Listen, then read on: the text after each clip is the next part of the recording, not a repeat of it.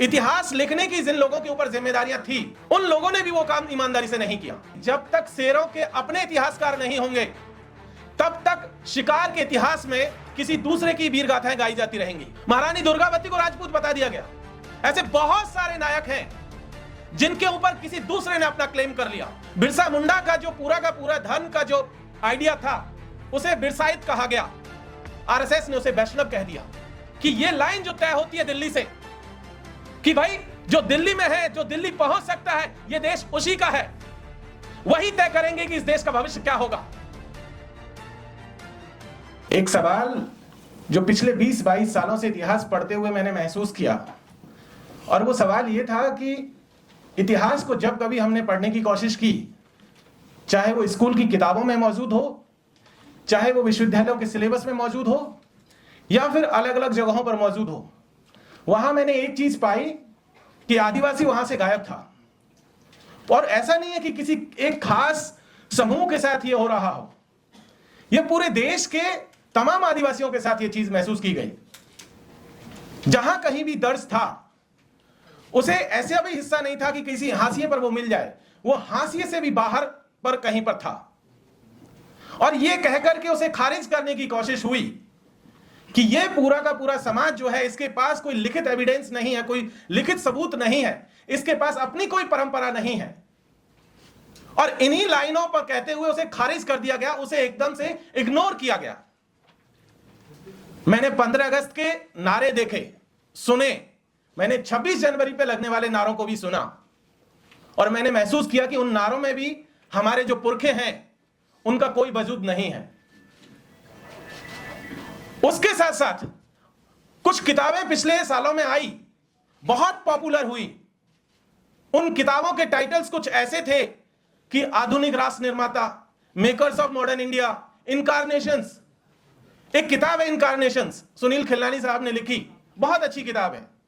महात्मा तथागत बुद्ध से लेकर के धीरू भाई अंबानी तक का उसमें जिक्र है, लेकिन उसमें आदिवासी नहीं है। मेकर्स ऑफ मॉडर्न इंडिया लिखी गई, रामचंद्र गुहा साहब की किताब है, बहुत अच्छी किताब है, लेकिन आदिवासी उसमें भी नहीं है। उन्होंने आदिवासियों की जगह एक यूरोपियन व्यक्ति को जगह दी, बैरियर एल्विन साहब को, क्योंकि उनका काम था उस इलाकों में।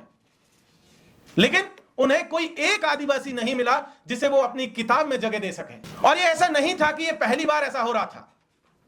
इतिहास लिखने की जिन लोगों के ऊपर जिम्मेदारियां थी, उन लोगों ने भी वो काम ईमानदारी से नहीं किया। जिसके पास भी ये जिम्मेदारियां थी, उन्होंने या तो किसी खास व्यक्ति के इर्द गिर्द इतिहास लिखने की कोशिश की, या किसी खास विचारधारा को ध्यान में रखकर के इतिहास लिखने की कोशिश की, लेकिन उन सब में आदिवासी वहां पर नदारद था। और इसीलिए मुझे लगा कि मुझे अपने पुरखों की विरासत को दर्ज करना चाहिए, क्योंकि अगर मैं नहीं लिखूंगा तो और कौन है जो लिखेगा। नाइजीरियन साहित्यकार हैं चिनुआ अचेबे साहब। 1994 में एक पेरिस रिव्यू करके एक पत्रिका आती थी, उसको इंटरव्यू देते हुए अपनी एक बात कहते हैं। वो कहते हैं कि जब तक शेरों के अपने इतिहासकार नहीं होंगे, तब तक शिकार के इतिहास में किसी दूसरे की वीर गाथाएं गाई जाती रहेंगी। आदिवासी समाज के जब तक खुद के अपने इतिहासकार नहीं होंगे, तब तक कोई और ही उनके बारे में उनकी गाथाएं गाता रहेगा और अपने अपने तरीके से गाता रहेगा। इतिहास को लिखने का एक तरीका यह भी सामने आया कि उन्होंने हमें जिस तरीके से दर्ज किया, उस दर्ज करने में भी एक चीज देखने को मिली, और वो ये थी कि भाई उन्होंने हमारा इंटरप्रिटेशन ही गलत कर दिया। पिछले दिनों बहुत सारी डिबेट चल रही थी, उसमें हमारे मध्य प्रदेश और राजस्थान और गुजरात के बॉर्डर पर एक समुदाय है भिलाला, भील समाज का ही एक हिस्सा है। किसी इतिहासकार ने एक डिबेट में लिख दिया कि यह तो जो है भील और राजपूतों के संसर्ग से पैदा हुआ है, और पिछले एक हफ्ते से एफआईआर पर एफआईआर उस लेखक के ऊपर होती जा रही हैं। यह पहली बार है जब किसी ने अपना असर्शन दर्ज कराया है। यह पहली बार है जब उन बच्चों को पता चला कि उनके बारे में क्या लिखा जा रहा है, और जो उल्टा सीधा लिखा गया। इवन स्थितियां यह आ गई कि आदिवासी नायकों को गैर आदिवासियों ने क्लेम करना शुरू कर दिया। राणा पुंजा भील को राजपूत बता दिया गया, वीर नारायण सिंह छत्तीसगढ़ के जो पहले आंदोलनकारी हैं, गौंड समाज से आते हैं, मिंजवार समाज से आते हैं, उन्हें राजपूत बता दिया गया। महारानी दुर्गावती को राजपूत बता दिया गया। ऐसे बहुत सारे नायक हैं जिनके ऊपर किसी दूसरे ने अपना क्लेम कर लिया। किसी के नाम के आगे अगर ठाकुर लिखा हुआ था, सबने मान लिया कि यह तो राजपूत ही है। कोई अगर राजा है तो यह भी मान लिया गया कि यह तो राजपूत ही होगा। जबकि इस देश में आजादी के समय तक आदिवासियों के अपने राज्य रहे हैं, आदिवासियों की अपनी रूलिंग फैमिलीज रही हैं, लेकिन एकदम से इतिहास को जिस तरीके से तोड़ और मरोड़ करके पेश किया गया, एक और लाइन चली है। पिछले सालों में इतिहास को नए सिरे से संग लिखने की कोशिश कर रहा है। आरएसएस के लोग लगातार इस काम में बखूबी आगे बढ़ रहे हैं। उन्होंने बिरसा मुंडा को लेकर के एक नई मुहिम छेड़ी हुई है। बिरसा मुंडा का जो पूरा का पूरा धर्म का जो आइडिया था, उसे बिरसाइत कहा गया। आरएसएस ने उसे वैष्णव कह दिया।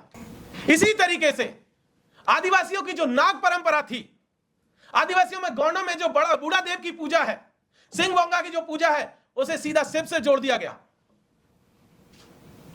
तो लगातार आदिवासी इतिहास के साथ आदिवासी संस्कृति को जिस तरीके से तोड़ करके मरोड़ करके अलग अलग परिदृश्य में पेश किया जा रहा है, इसलिए इस तरीके की किताबों को लिखी जाने की जरूरत है।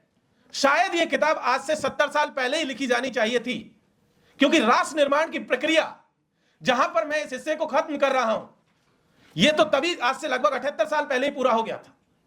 लेकिन 78 साल में किसी ने भी यह जहमत नहीं उठाई कि आदिवासियों को भी उनका जो ड्यू शेयर है वो दिया जाए, उनका जो हिस्सा है वो दिया जाए।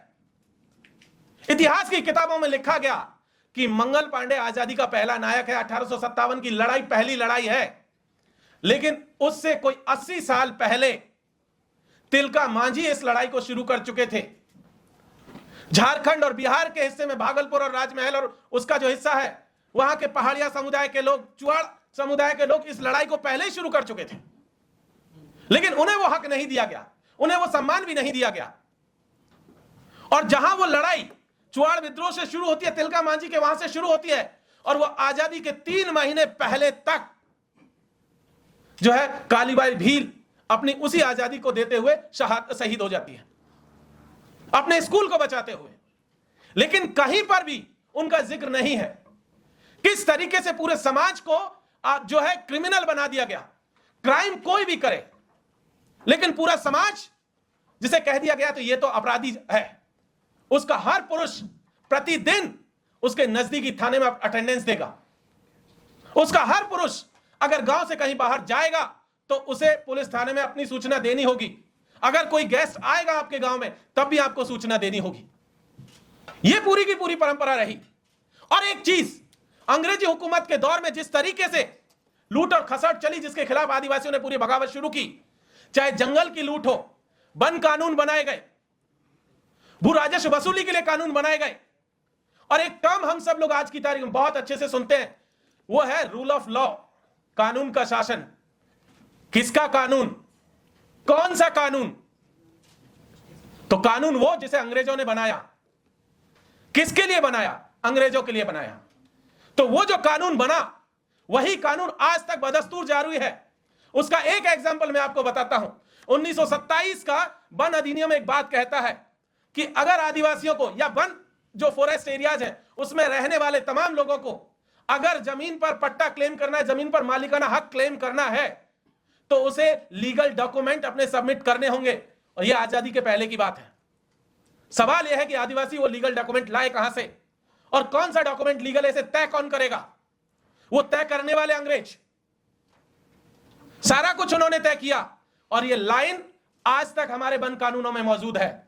अगर आपको जिस जमीन पर आप रहते हैं, कानून में लिखा हुआ है कि सिर्फ इस लाइन पर आप जमीन पर मालिकाना हक क्लेम नहीं कर सकते हैं कि आप यहां रह रहे थे, कि आपके पुरखे यहां पर रह रहे थे, कि उनके पुरखे भी यहां पर रह रहे थे। इस लाइन पर आप जमीन पर मालिकाना हक क्लेम नहीं कर सकते हैं। उसके लिए लीगल डॉक्यूमेंट चाहिए आपको। यह आज तक मौजूद है। इसी के तहत पूरे एरिया को, फॉरेस्ट एरियाज को रिजर्व डिक्लेयर किया गया। किसी को और अलग अलग कैटेगरीज में बांटा गया, और रिजर्व कहकर के कहा गया कि आदिवासियों के जो जमीन है, आदिवासी जो है इस जंगल में रह रहे, इनसे जो है जंगली जानवरों को खतरा है, और यह कहकर के उन्होंने शिकार के लिए अपने जंगल रिजर्व कर लिए। और आज भी वही स्थिति है। तो साथियों, उसके खिलाफ जो बगावत चली, वो बगावत का पूरा इतिहास को अगर हम लोग देखेंगे तो पता चलेगा कि आदिवासी इस देश में केवल अंग्रेजी हुकूमत के खिलाफ नहीं लड़ रहे थे, इस देश के सामंती व्यवस्था के खिलाफ भी लड़ रहे थे। इस देश के महाजन, व्यापारी, सूदखोर, लूटखोर और जितने भी गैर आदिवासी उन इलाकों में जाकर के आदिवासियों का लूट रहे थे, उन सब के खिलाफ लड़ रहे थे। और इसीलिए जयपाल सिंह मुंडा ने संविधान सभा में अपने भाषण में एक बात कही थी।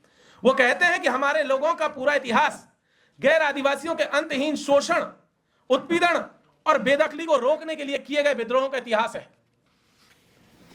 तो साथियों, ये पूरी की पूरी जो परंपरा है जो आदिवासी पुरखों ने चलाई, वो परंपरा को इस बात को यहां पर कहने की जरूरत है कि ये लाइन जो तय होती है दिल्ली से कि भाई जो दिल्ली में है, जो दिल्ली पहुंच सकता है, ये देश उसी का है, वही तय करेंगे कि इस देश का भविष्य क्या होगा। यहां से इस आयोजन का मकसद एक यह भी है कि हम ये कहें कि जो लोग दिल्ली नहीं पहुंच सकते हैं और जिनका इतिहास आप खुद नहीं लिख रहे हो, जिसकी संस्कृति को आप नष्ट करने पर तुले हुए हो, वो देश उन लोगों ने बनाया हुआ है, ये देश उन्हीं का देश है। सुप्रीम कोर्ट का जजमेंट 2011 का एक बात कहता है, जस्टिस मार्कंडे काटजू की बेंच ने कहा था कि इस देश के ये जो 8% लोग हैं, यही इस देश के ओरिजिनल लोग हैं, बाकी तमाम 92% लोग यहां से बाहरी लोग हैं। मैं यहां से यह बात कह देना चाह रहा हूं कि हम किसी को बाहर जाने की बात नहीं कर रहे, लेकिन हम यह कह रहे हैं कि हम हाशिए पर नहीं है, हम इस देश के सेंटर में हैं, बीचों बीच है, हमें अपना हिस्सा दीजिए। इतिहास की किताबें हो, संसाधन हो, राजनीति हो या अर्थव्यवस्था हो, यही बात कहकर के अपनी बात को समाप्त करता हूं। बहुत बहुत शुक्रिया। जोहार।